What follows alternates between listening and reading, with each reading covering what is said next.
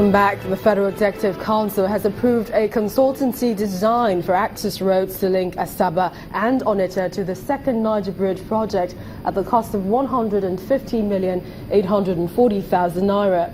Briefing State House correspondents after the council meeting, the Minister of Power Works and Housing, Babatunde Fashola, says the design will be completed in 6 months, when procurement is expected to start for the bridge to link Anambra and Delta states.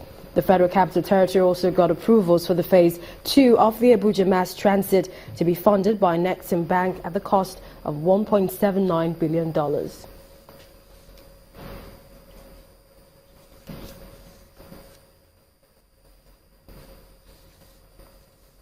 The tomato disease known as Tuta absoluta or tomato Ebola destroyed tomato farms across the country in 2016, causing a state of emergency to be declared by the Federal Ministry of Agriculture. To tackle this menace, a team of experts from the National Horticultural Research Institute, Ibadan, or your state, are touring some states in the north to train farmers on how to use the new technology preventing tomato disease in their farms. Our community report tonight shows the team's efforts in Kaduna State.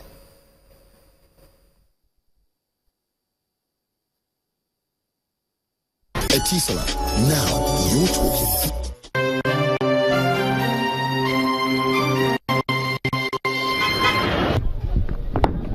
A typical market day in Kaduna State. Farmers and traders displaying the best from their farms. One of the most common sights are tomatoes, a popular vegetable fruit.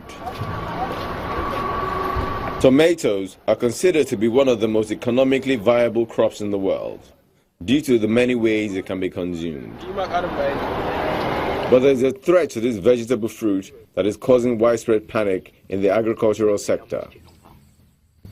Tomato Ebola, also known as Tuta absoluta.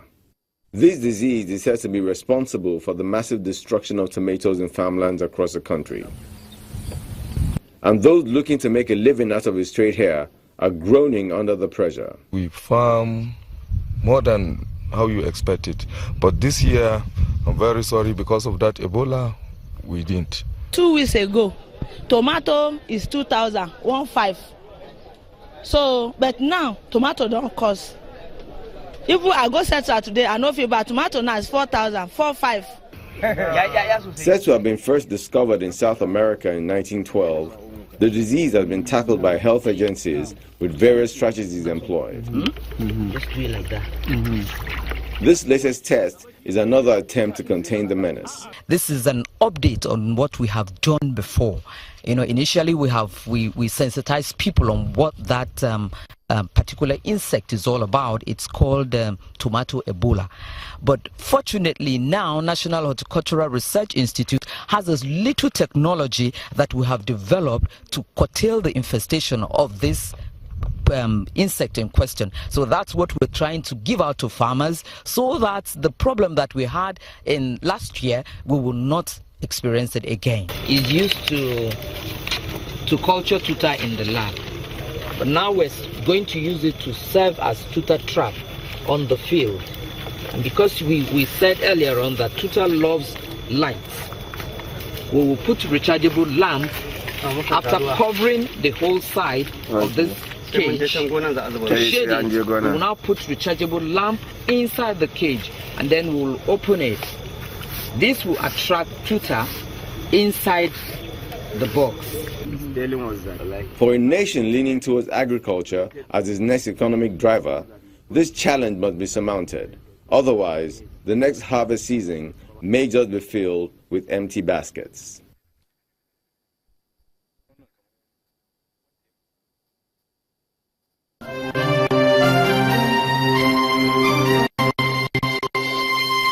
Etisalat, now you're talking. Anambra State Governor Willie Obiano is reassuring residents that his administration will continue to take development to hard-to-reach areas of the state. The governor gave the assurance during an inspection tour of road projects in 3 communities in Anambra West and Ogbaro local government areas of the state. flood carried away. Governor Willie Obiano is in Miata Anam in Anambra West local government area of the state to inspect ongoing road construction in the area. I'm impressed with what they are doing so far, and very soon this community that has been forgotten from the time the state was created will soon have a major road into that community. From Miata Anam, the team moves to Iyora Anam, where he is received by excited residents. He inspects the 7-kilometer bridge in the community.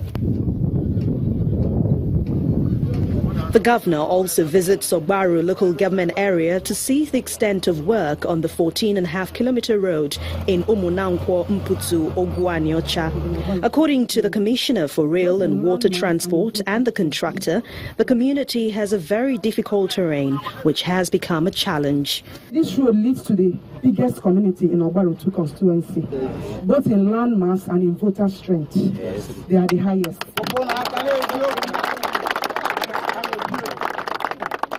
But the most backward community when it comes to government infrastructure.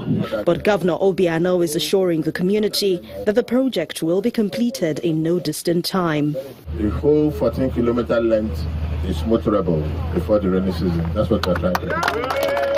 Then thereafter, we'll start asphalting gradually. Since you have promised us that you'll make this road passable to our community before the rains, I drop my cards for you. Anambra West local government area is not the only locality receiving attention. Road construction and other developmental projects are also ongoing in other areas of Anambra State. Well, let's join Anne Weldo, who has the latest in business.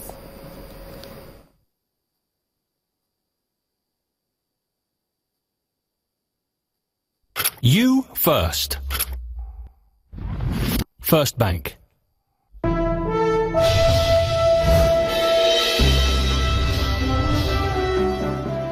Thank you, Millicent, and welcome to Business News. The National Assembly has approved President Muhammadu Buhari's request for the issuance of an additional $500 million Eurobond in the international capital market after $1 billion Eurobond was issued and oversubscribed earlier in the year. The request was approved in both chambers of the National Assembly after the committees mandated to consider the request submitted their reports. The funds to be raised from the international capital market is expected to be used in funding the 2016 budget deficit. In the meantime, the House of Representatives has mandated its Committee on AIDS, Loans and Debt Management to monitor the utilization of the loan. The NSE main index lost 17 basis points today as investors extended profit-taking into a second session. But traders expect a positive performance in tomorrow's session. Let's join Harriet Agbenyi for the details.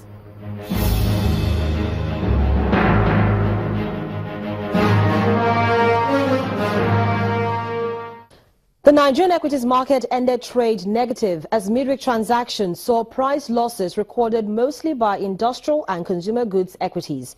Investors also reacted to the 22.82 billion naira pre-tax loss reported by Lafarge Africa in its earnings result for 2016. But despite the lackluster financial statement, Lafarge Africa still emerged top gainer out of 15 other price appreciators. On the other hand, Unilever, Eternal Oil both led 20 other stocks on the losers category, down by 5%. Total volume transactions were slightly higher compared with Tuesday's session, with over 198.83 million shares exchanged in 2,306 deals for more than 2.52 billion naira. Financial services giants UBA, GT Bank and Access Bank were the major contributors for the day. The benchmark all-share index slipped 0.17% to berth at 25,514.17, with a market capitalization of over 8.82 trillion naira. Those are the day's trading figures. I'm Harriet Agbenyi. Thank you, Harriet. Well, as for U.S. stocks, they started today's trading lower after the Dow Jones and S&P hit their biggest one-day loss since October the 11th, 2016. VOA Channel's TV business correspondent, Gio Malandrino, has more details on Wall Street. U.S. stocks opened a touch lower to kick off Wednesday's session. This is day after the S&P 500 and Dow Jones Industrial Average dropped over 1%, posting their biggest one-day losses since October 11th, 2016. Now, this is as investors turned risk-averse after the first hour of trading. Financials, energy, industrials, and the U.S. dollar sold off sharply while bonds rallied. Retailers continued their recent weakness as well, with no help from Dow component Nike. Overnight, shares declined following weaker futures orders. There wasn't one big story to account for the precipitous drop in stocks, other than perhaps it was time for a little bit of a correction. It was the first 1% lower move for the S&P and Dow in 110 sessions. That's since June 27th, the Monday after Brexit. That said, since Election Day, the S&P 500, Dow, and Russell 2000 are up 10%, 13%, and 13% respectively. And before the sell-off yesterday in the first hour trade, the NASS composite actually hit an all-time high. The earnings and economic calendar remain light, so today's focus really is going to be on price action. If the S&P closes lower today, it would be the 5th day in a row, and that is something we have not seen since Election Day. In fact, some ETFs are in slight correction territory. Geopolitics will also be in the background as uncertainty continues to mount around President Trump and the current administration. Convergex, a sell-side broker in the U.S., had a note out this morning saying that the move up since the election was perhaps the Trump trade 1.0. Now the markets are waiting for 2.0 as the drama plays out in D.C. From the NASDAQ market site in New York, I'm Jill Malandrino, and this is VOA Channel's Business News. Our global stocks are mostly mixed today as investors focus on U.S. President Donald Trump's economic growth agenda, geopolitical tensions in Asia, and a deadly terrorist attack today in London. Let's see the numbers.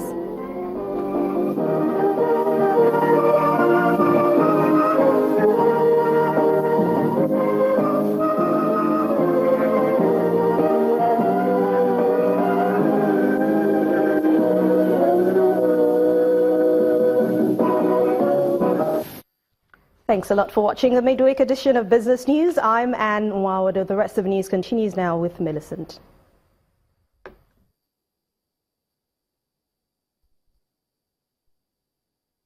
You first. First Bank. Many thanks, Anne. Nigeria will, for the first time, host the third conference of the Association of Heads of African Maritime Administrations later this year. The Director General of Nigeria Maritime Administration and Safety Agency, NASS, Mr. Dakuku Peterside, made this known today in Lagos at a forum to outline successes recorded in the last 1 year. The agency says it recorded significant milestones in marine safety, revenue drive, staff training, new work ethics, and many more. It's about a year since being on the saddle of maritime regulation and safety for Nigeria, and it's only proper that everyone gets to know what has changed in the last 365 days at work. The helmsman, Dr. Peterside Dakuku, was guided by 3 buzzwords: reform, restructure, and reposition. And here is some advancements made. We've brought maritime accidents to its barest minimum in the past 365 days. A time was when we used to record as much as 60, 50, 40 maritime accidents on our waterways.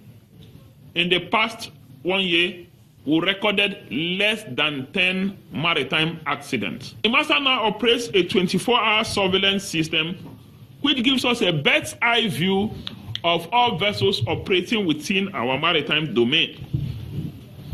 With a complete profile analysis, we can now have a clear picture of all vessels operating within our maritime domain. Maritime safety and security is a top win area, from reactivating the Regional Search and Rescue Committee from 9 countries to above 80% port facility security code compliance, the bill to prosecute pirates effectively, and more.